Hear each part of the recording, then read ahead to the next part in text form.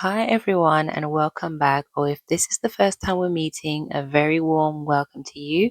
My name is Sarah. I'm an architect with over 15 years of experience, and I help homeowners, investors, and developers to build something that's not just beautiful, but also practical.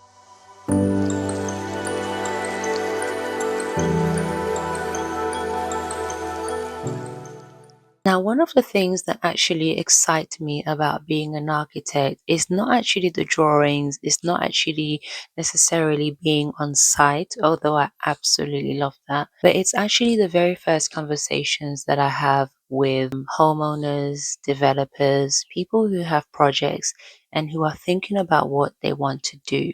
And they have all of these amazing ideas in mind, and they're trying to help me to understand what they want to do. And we have a beautiful conversation about the opportunities and also about the possibilities of what their property or the space or land that they have can truly become. Over the years, I started to notice questions that were asked again and again every time I would meet homeowners or developers that would want to do something to their property. And that was the reason why I decided to put together an ebook called The 7 Questions to Ask Before Hiring an Architect. The response to this ebook has been amazing, and thank you again to everyone who has downloaded it so far. But here's the thing, today I actually wanted to go through some of these questions with you because I believe that they deserve more of an explanation than just a page or a paragraph that has been put together and summarized to help you understand exactly what I mean. So we're going to cover 3 of those 7 questions, and I've specifically chosen these 3 in particular because they seem to cause the most confusion and some uncertainty in terms of what you need to do for your property and how you can confidently move forward in your decision making. This will be really helpful for those of you who are hiring an architect for the first time or even the second and third time. So the 3 questions we'll be covering is: why do architects' fees vary? The difference between planning and building control, and also looking at contracts. Do you need to sign a contract or not? So grab a cup of tea, get comfortable, and let's get into it. So let's start with the one that causes the most confusion. And to be honest, I completely understand why. So you're looking for an architect, you get in touch with them, and then you start asking them about their fees and how they work. You soon realize that all architects' fees vary. So one person might be charging flat rate fee, another person will be telling you that their fee is based on a percentage fee, and then someone else will be telling you that their fees is based on an hourly fee. So why is it that they charge all differently and that the rates are also very, very different? And you may be asking yourself, what on earth is going on? Surely they're making it all up and this is unreal. But to be honest, this is actually the reality. The architect fee really depends on the scope and the scale of the project. So, for example, the larger the project, most architects would charge on a percentage fee, which would come from the construction cost. And for medium sized projects or smaller projects, the architect may decide to just give you a fixed fee. But for consultation and other projects, an architect can decide to charge an hourly based fee. So the reason why this varies so much is because the work of the architect already varies enormously. The scope can be completely different, and the structure of the architect's company can have an impact on the fees that they will charge as well. So let me break it down for you. So let's look at a percentage fee where the architect charges a percentage of the total construction cost. This is one of the oldest models in the profession, and it completely makes sense for larger scale projects. Typically, you'll see that the percentage will sit anywhere between 5 to 15%, depending on the complexity and the scale of the project. So the second is a fixed fee or a lump sum, where the architect decides to set an amount for the work that they will do. This would give you predictability, which a lot of clients love. and it's usually very clear.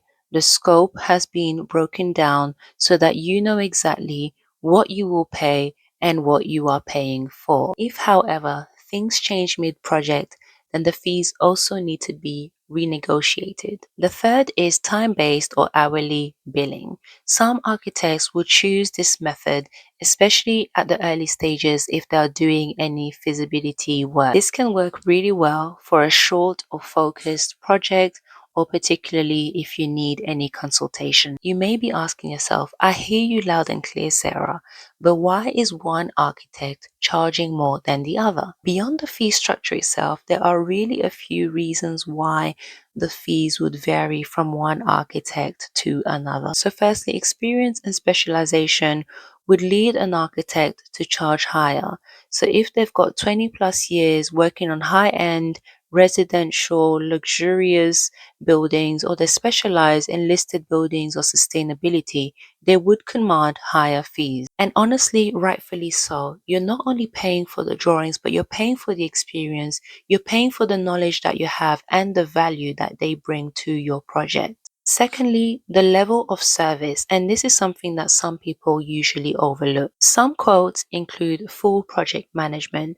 So what this means is that the architect is on site, they're managing the drawings aspect, they're also managing everything that's being done and being built on site. Whereas you also have other architects who purely just want to do the plans, the drawings, submit it for you to the council, and they can visit at the end of the project. Both are completely valid, but they are very different services. So if you're comparing quotes, make sure you are comparing like for like. The third reason would be location and overheads. An architect based in central London with a studio and a team will charge differently to an architect who is mainly working from home and is managing everything by themselves. Neither is better, but the cost structure is different and the fees will be reflected as such. And lastly, this is very important. How much work do they do themselves? Some practices will bring their engineers, their consultants, their specialists, and this will all add to the fee. So what should you do with all of the information that I've just given? Honest advice is not to necessarily go with the cheapest quote. And don't assume that the most expensive one will be the best either. Instead, with every architect you speak to, ask them to give you a clear breakdown so that you really understand what is included in their fees and what isn't, and at what time or what moment within the project some of these fees might need to be reviewed or that they might change into an hourly based rate. A good architect is completely transparent about all of this, and they should be able to tell you exactly how they have broken down their fees. If they are vague and they do not want to give you any more information, then that is a big red flag. And remember, your fee agreement should always be written down. And this brings us closer to question 3, but for now, let's look at planning, which is question 2. Right, so what is planning and what is building control? This is one of the questions that I get asked the most, and that seems to be quite confusing to people who have never done this or have never even spoken to an architect before. Planning and building control have completely separate processes altogether. They have different authorities, they have different purposes and consequences as well if you get them wrong. And a lot of people seem to think that they're the same thing. So let me explain the two. Planning authority or the local council care about the character of the area and whether the building or whatever you have proposed matches the street scene and is not completely different to what has been proposed. It also looks at complying to the local policies and takes into consideration whether you have taken away some daylight from your neighbor or any privacy from anyone around you. With planning, the local authority really takes into account what your neighbors think because they can object to the design that you have proposed. The council takes into account the wider interest of the public, and then the decision is ultimately given by a planning officer. Not everything requires planning permission. There's also something called permitted development, which allows you to build a loft conversion or an extension to a certain size or a certain scale. This usually falls under permitted development, and your architect should be able to tell you what your proposal will fall under so that you can make the right planning application. The key thing to remember is that planning permission is about the key principle of what you're doing and not necessarily of how it's going to be built. This is where building control comes in. Building regulations look at how your building will be built in terms of it being structurally sound, having the right accessibility, the energy efficient, and all of these elements will allow the building to be put together in a way that will stand the test of time. So building control will cover things like, is the structure strong enough? Does the insulation meet the required standard? Are there enough fire exit? And also, is the drainage work done properly? This is a technical rule book, and it applies whether you have planning permission or not. Building control approval can come from two sources. This can be from the local authority, or it could also be from approved inspectors. And that's basically a company that's been authorized to carry out the same function. Your architect or contractor will be able to tell you which direction you need to go for your project. Unlike planning, building control is not a one-time approval. A building control inspector would want to visit site at key stages of the construction. So this might be when foundations are going in, and then also when steel work is going up. So they're making sure that the drawings that they've been provided with is exactly what's being built on site. At the end of the project, if everything is in order, you will get a completion certificate. And trust me, you would want that completion certificate so that if you ever decide to sell your house, you can give this certificate to the buyer's solicitor. So what you need to take away from all of this is that when you meet an architect, you need to ask them clearly what they will be doing. Will they be managing the planning? Will they be managing the building control aspect? All of these criteria will make a big difference in terms of the fees that they will provide you with. And finally, never start any building work that requires building control approval if you do not have this in place. The consequences can be very serious, as they may ask you to demolish what you have built and take it down completely. And you do not want to be in that situation because you have already spent so much money getting the building up. Right. So now let's talk about something that I believe most people are reluctant to talk about, and that is contract. And yes, you do need a contract. A contract doesn't mean that you do not trust your architect. However, this actually shows that you value one another and that you trust that this is a professional relationship where everything that you need to know will be in this contract, and that you can both refer to them if there were any problems that were to rise. A contract simply means that everyone knows exactly what they're agreeing to from day one. So what does the contract actually need to cover? Initially, the contract needs to cover the scope of works, which is the breakdown of what the architect will do. It will also have a breakdown of the fees and in terms of when these fees need to be paid. And also, it will have to have a section where both parties know what they need to do if they ever wanted to come out of the contract. Coming out of a contract is one of the points most people do not like to talk about, but it's very important to know exactly where you stand and what you need to do when you get to that stage. If you were ever in a scenario where the architect has done the drawings, they've started all the plans, you've discussed exactly what you needed to do, and they've had the instruction to carry on the works, but then on your end, there's the finances that have slowed down, there's a problem within the family, you're not able to carry on. This is where it will be very important for you to come out of that contract. If you have a clear written agreement in place, this is all manageable. A well-drafted contract will have set out what is called a termination clause.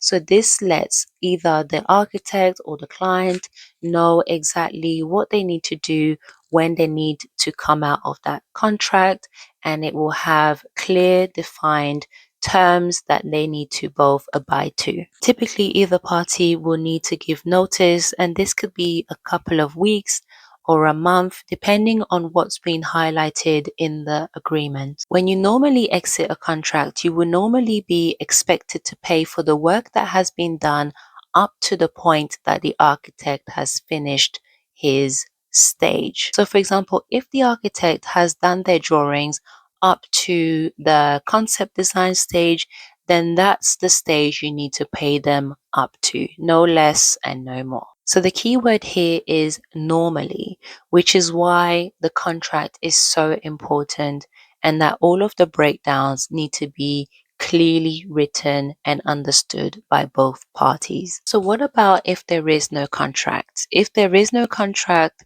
things can escalate rather quickly. Without a written record of what has been said, it's easy to get into the territory of he said, she said, which is definitely not where you want to be. I've heard situations of where clients felt that they could walk away, and also looking at it the other way around, there was also situations of architects who felt that they could keep charging the client because they felt that there was still that professional relationship that carried on, whereas to the client, they were clear and they understood that they had no longer appointed the architect. So as you can see, it's just causing confusion on both sides, and it's definitely something that you do not want to deal with. A contract will protect you, and a contract will protect the architect. So there you have it, 3 questions that I get asked all the time, and I hope that this was clear and helpful for you to understand so that you're confident when you're approaching an architect, you are sure to ask the right questions and that you also know what to expect. So let's recap quickly. Architect fees vary because of experience, scope of service, and fee structure. And you should always know what you're getting before comparing quotes. Planning and building control are 2 separate processes with different outcomes, and you need both at the right stages of your project. And yes, you absolutely need a contract, and that contract needs to have clear terms that both you and your architect understand. These aren't scary topics when you understand them, and a good architect will be fully transparent about all of the latter before you start working with them. If you haven't already downloaded the ebook, which is the 7 questions you need to ask before hiring an architect, I will put the link down in the description, and I will also pin it in the comments for you to download. And if you've got a project you're thinking about, whether it's an extension, a renovation, or a commercial project, I'll generally like to talk to you. And if you'd like a no obligation conversation, feel free to send me a message and get in touch. Again, all of the details are in the description below. If this video has been helpful, please give it a like, share, and subscribe to my channel, as I do many of these videos and will be talking about any topics that you also feel will be helpful for you to know how to navigate and also think like an architect. And I will see you in the next one.